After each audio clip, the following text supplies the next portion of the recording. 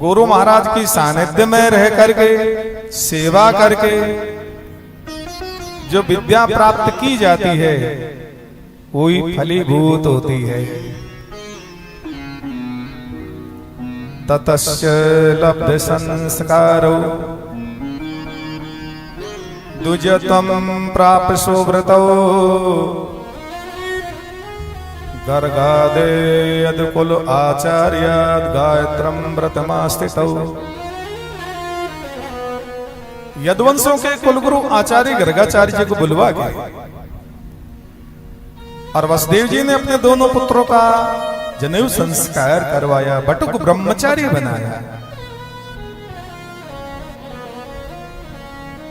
ब्रह्मचारी को गुरुकुल में वास करके विद्या पढ़नी चाहिए।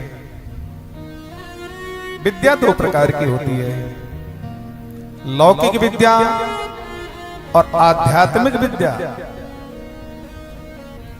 लौकिक विद्या जगत में सुख और भोग देती है, धन देती है, और आध्यात्मिक विद्या परमात्मा से मिलाती है। माता शत्रु पिता वैरी ये न बालो न पाठिता न शोभते सभाम मध्ये हंस मध्ये बको यथा। वो माता पिता बैरी और शत्रु के समान है जिन्होंने अपने संतान को अच्छी पढ़ाई लिखाई की व्यवस्था नहीं की हो, अनपढ़ अनाड़ी मूर्ख रह गया हो। क्योंकि विद्वानों की सभा में विद्वान ही शोभा पाता है। हंसों की सभा में हंस ही शोभनीय है। हंस भी सफेद वर्ण का होता है और बगुला भी सफेद वर्ण का होता है, किंतु हंसों की सभा में बगुला शोभायमान नहीं होता। दोनों ही जल में विचरते हैं, बगुला मछली खाता है, हंस मोती चुगता है। दोनों में अंतर है।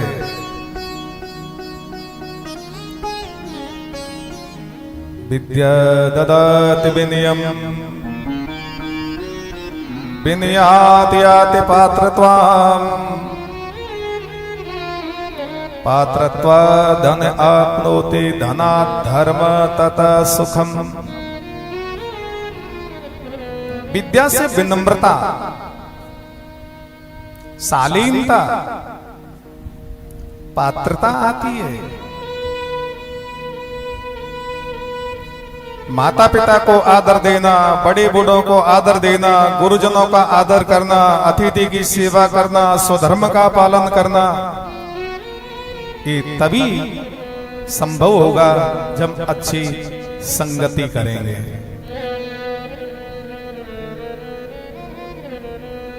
विद्या से विनम्रता, विनम्रता से पात्रता और पात्रता से धन कमाने की क्षमता, और धन से धर्म करता है और धर्म से सुख की प्राप्ति होती है। जो हमको जगत में दिखाई दे रहा है, मेरा घर, मेरा परिवार, मेरा शरीर, किंतु साथ चलने वाले कोई नहीं है। धनानि भूमौ पशवस्य गोष्ठे नारी गृहद्वार जनाश्मशाने देहश्चितायाम परलोक मार्गे धर्मानुगो गच्छति जीव एकः।